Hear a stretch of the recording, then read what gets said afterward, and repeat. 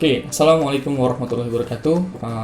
Kembali lagi bersama saya di pembelajaran fisika ya. Nah, kemarin kita udah bahas tentang flux magnetik ya di materi bab induksi elektromagnetik. Kemarin di awal udah flux magnet dan juga tentang konsep induksi elektromagnetik dan juga gigel induksinya. Nah, selanjutnya di pertemuan kali ini saya akan coba membahas tentang hukum Faraday dan hukum Lenz. Oke, langsung ke slide pertama di hukum Faraday ini. Jadi hukum Faraday itu pencetusnya adalah Michael Faraday. Dia berasumsi bahwa magnet yang digerakkan di dalam kumparan, digerakkan keluar masuk atau diputar dalam kumparan, dia akan menghasilkan GGL induksi, yang kemudian akan menghasilkan arus induksi. Nah, jadi dia menyatakan bahwa jika kumparan berubah, maka pada ujung-ujung kumparan akan timbul GGL atau gaya gerak listrik induksi. Nah, besarnya GGL induksi ini bergantung pada laju perubahan flux magnet dan banyaknya lilitan kumparan. Oke, secara matematis saya bisa menuliskan seperti ini ya. Jadi ini kita lihat ya, ini adalah lambang dari GGL induksi ya, sama dengan minus n delta flux per delta T sama dengan minus n ya, ini flux 2 minus flux 1 per delta T atau selisih waktunya. Atau apabila nanti dia itu bergantung pada waktu, maka dia adalah turunan d flux dt ya. Nah, ini keterangannya. Jadi GGL induksi itu adalah ya tegangan ya, volt. Kemudian N adalah jumlah lilitan kumparan. Kemudian delta flux dan delta T sama-sama adalah perubahan flux magnet dan perubahan waktu. Nah, kemudian d flux dt adalah turunan flux terhadap waktu ya. Nah, kemudian untuk lebih jelasnya memahami mengenai hukum Faraday ini, silahkan kalian simak video berikut. Jika sekarang kita menggunakan dua buah lilitan seperti ini, kita coba ke lilitan yang banyak, nyalanya sebegitu, dan kita coba ke lilitan yang sedikit, ternyata nyalanya tidak begitu terang. Ini mengindikasikan bahwa jika lilitannya banyak, maka GGL induksi yang dihasilkannya pun besar, dan jika lilitannya sedikit, maka GGL induksi yang dihasilkannya pun tidak terlalu besar. Oleh karena itu, persamaan GGL induksi yang tadi itu bisa kita tambahkan komponen lilitan atau jumlah lilitan di persamaannya menjadi seperti ini. Oke, kita lanjutkan. Nah, mungkin dari tadi ada yang bertanya kenapa ada tanda negatif di persamaan itu. Tanda negatif itu sebenarnya adalah menyatakan arah. Nah, yang mana arah dari arus induksi akan sedemikian. Oke. Di sini lihat ya, rumusnya sama dengan yang tadi persamaannya. Jadi GGL induksi sama dengan minus n atau kumparan atau jumlah kumparan atau jumlah lilitan. Kemudian d flux ya. Ingat, BA cos theta adalah persamaan dari flux magnet ya per dt. Oke. Jika sekarang kita akan sedemikian rupa, arah dari arus induksi akan sedemikian rupa sehingga melawan perubahan flux magnetik yang ada. Yang ini kemudian, yang ini pernyataannya ini tentang arah itu disebut dengan hukum Lenz. Oke, jadi ini adalah penjelasan mengenai GGL induksi ya dari hukum Faraday dan kenapa ada tanda minus di sini. Nah, kenapa ada tanda minus di sini nanti akan dijelaskan lebih lanjut di hukum Lenz. Nah, selanjutnya ke contoh soal. Oke, ke contoh soal. Biasanya yang paling tunggu-tunggu itu tentang contoh soal gitu ya. Oke, yang pertama ada soal. Ya, sebuah kumparan dengan luas 20 cm persegi mempunyai jumlah lilitan 1000 lilitan ya. Ini lilitannya 1000 lilitan dan flux magnet pada keadaan pertama atau pada flux 1 ya, flux magnetik 1 adalah 6 kali 10 pangkat min 5 Weber. Nah, jika flux magnetnya berkurang menjadi ini ya, dalam waktu 0,02 second, berapakah besarnya GGL induksi yang timbul pada kumparan itu? Oke. Yang pertama kita tuliskan apa yang diketahui dalam soal. Yang diketahui pertama adalah di sini adalah luasan. Kita bisa tuliskan saja di sini. Kemudian ada flux 1, flux 2 dan kemudian jumlah lilitan ya. Oh ya, jangan lupa ada waktu juga di sini. Oke. Ditanya adalah GGL induksinya. Nah, jawab. Begini. Pertama kita tuliskan persamaannya. Jadi persamaannya adalah ini tadi ya. Minus n delta flux delta T. Ya, jadi tinggal dimasukkan n-nya adalah 1000, kemudian ini adalah flux 2. Flux 2 adalah 2 kali 10 pangkat min 5, kemudian ada flux 1. Oke. per delta T 0,02 ya. Nah, secara matematis dihitung dia akan menghasilkan minus 1 per 500. Sehingga dapat diketahui bahwa gegel induksi yang timbul pada kumparan itu sebesar 2 volt. Oke. Contoh soal yang kedua. Ya. Suatu kawat lingkaran dengan hambatan 0 ohm, 6 ohm diletakkan dalam fluks magnetik yang berubah terhadap waktu. Nah, dinyatakan dengan persamaan ini, ya, persamaannya adalah ini, karena dia berubah terhadap waktu, kemudian ada persamaan fluks magnet T plus 4 pangkat 3, ya, dengan ini adalah dalam Weber, fluks satuannya dalam Weber, dan T satuannya dalam second. Ya, tentukan gegel induksi atau tegangan induksi pada ujung-ujung kawat dan arus yang mengalir melalui kawat pada selang waktu pada T 2 second. Oke, kita tuliskan seperti yang tadi, diketahui dulu. Oke, yang kita ketahui adalah persamaan flux magnet terhadap waktu. Ya, ini ya, persamaan flux magnetnya. Kemudian jumlah lilitannya adalah 1, ya. N-nya adalah 1 lilitan karena suatu kawat lingkaran. Oke, jadi lilitannya dianggap 1. Kemudian T sama dengan 2 second. Ya. Ditanya adalah gegel induksi, ya, atau tegangan induksi dan arus yang mengalir melalui kawat pada T sama dengan 2 second. Oke.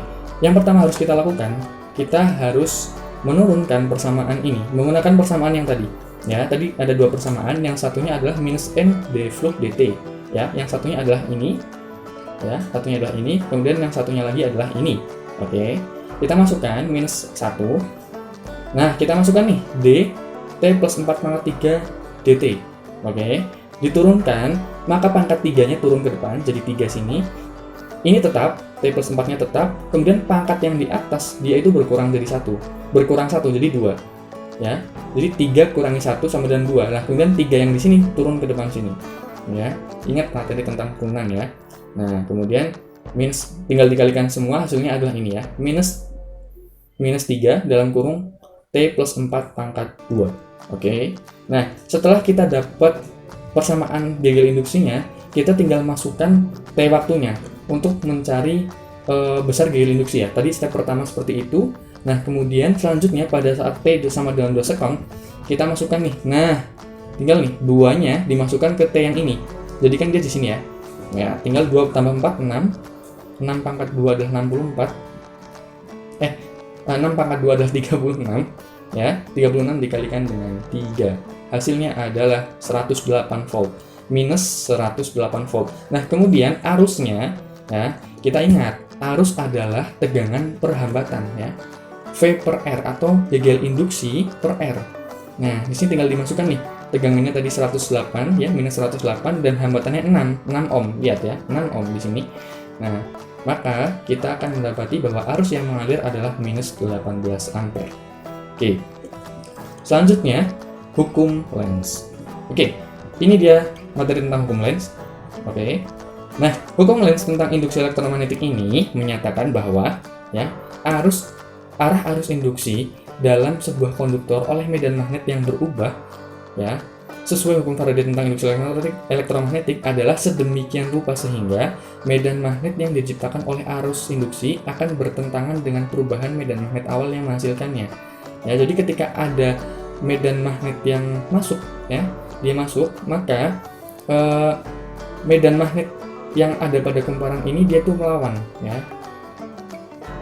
Beda halnya dengan ketika dia keluar, ya. Medan magnet yang ada di kumparan dia adalah masuk ke dalam, ya. Untuk lebih jelasnya, ya, ini bunyinya ya. Gaya gerak listrik atau gegel induksi selalu membangkitkan arus yang medan magnetnya berlawanan dengan asal perubahan flux. Nah, biar nggak bingung, selanjutnya kalian tonton atau simak video berikutnya. Oke, untuk lebih memperjelasnya kita kembali lagi ke virtual lab. Coba perhatikan. Ya, ini tentang hukum Lenz ya. Sekarang 1 lilitan saja. Perhatikan jika saya dekatkan magnet ini. Oke, ini akan menjelaskan mengenai hukum Lenz ya, tentang arah medan magnet yang berasal dari magnet dan juga medan yang nanti dihasilkan oleh kumparannya. Dari sebelah kanan ke sebelah kiri mendekati kumparan. Nah, perhatikan bahwa penunjuk tegangan ini akan saya pause sekali lagi. Berarti kan bahwa arah para penunjuk tegangan itu menuju ke arah negatif. Itu artinya arus mengalir dari bagian negatif ke bagian positif, sehingga arah arusnya seperti ini. Nah, karena arusnya seperti itu, jika kita lihat dari aturan tangan kanan, maka di dalam bil kumparan itu akan ada medan magnet yang arahnya ke arah kanan. Kenapa begitu? Karena kita lihat bahwa magnet yang datang pada dia, nah itu kan arahnya ke arah sini. Nah, karena kumparan ini mendapatkan medan magnet dan flux magnetiknya membesar karena dia mendekat, ya, maka si kumparan ini ingin melawan perubahan yang ada. Nah, maka dia akan menghasilkan medan magnet yang melawan perubahan yang ada. Karena medan magnet yang datangnya itu mengarah ke sebelah kiri, karena dari utara ke selatan, maka dia melawannya ke sebelah kanan, sehingga arah arusnya menjadi seperti tadi. Nah, sekarang bagaimana jika saya jauhkan magnetnya seperti ini? Nah, ternyata arusnya tadi mengarah ke positif. Itu berarti bahwa arusnya mengalir dari positif ke negatif seperti ini. Nah, ini akan menghasilkan medan magnetik ke arah sini, searah dengan medan magnetik yang luar. Nah, kenapa searah? Karena ketika magnetnya dijauhkan, maka flux magnetiknya berkurang. Nah, si kumparan itu, di rangkaian itu melawan, dia tidak mau berkurang, maka dia tambahi. Jika yang magnetnya arah kutubnya ke arah kiri, maka dia tambahi ke arah kiri, karena sesungguhnya dia melawan, jadi tidak mau berkurang, begitu ya. Jadi arus listrik induksi ini sekali lagi akan cenderung mempertahankan flux magnetik yang ada. Oke, jadi tadi penjelasan mengenai hukum Lenz ya. Nah, kita kembali ke sini. Oke, saya akan ulangi lagi. Jadi, kalau tadi kan arah medan magnetnya ini kan kita tarik ya. Nah, kita tarik, kita jauhkan dari kumparan. Maka arah medan magnet induksinya yang ada di dalam kumparan dia akan masuk ke sini, sehingga menghasilkan tegangan yang terbaca adalah positif. Nah, ketika tadi di sini, ini dia. Ketika arah medan magnet luarnya, medan magnetnya masuk ke dalam, ya. Jadi ketika dia masuk ke dalam sini, maka arah medan magnet induksinya dia akan melawan arah medan magnet luarnya yang masuk ke dalam. Jadi dia nanti tegangannya ada di negatif. Nah, ini dia. Jadi ketika medan magnetnya kita masukkan, ya, dengan arah medan magnet dari batangan magnet ini ke dalam, maka dia akan menghasilkan medan magnet yang arahnya keluar dari kumparan, ya, seperti tadi. Jadi seperti itu tadi penjelasan tentang hukum Lenz, ya. Nah, kemudian nanti akan ada tugas seperti biasanya, dan pengumpulannya nanti melalui Google Form, ya. Nah, tadi ada soal sudah saya berikan di PPT sebelumnya, ya, di presentasi sebelumnya, slide sebelumnya. Nah, ini nanti kemungkinan soal-soal yang keluar di tugas nanti ini. Jadi kalian pelajari tentang ini dulu di sini. Nanti sebagai bahan kalian untuk ngerjain soalnya. Oke, jadi sekian dulu untuk pertemuan kali ini. Terima kasih. Assalamualaikum warahmatullahi wabarakatuh.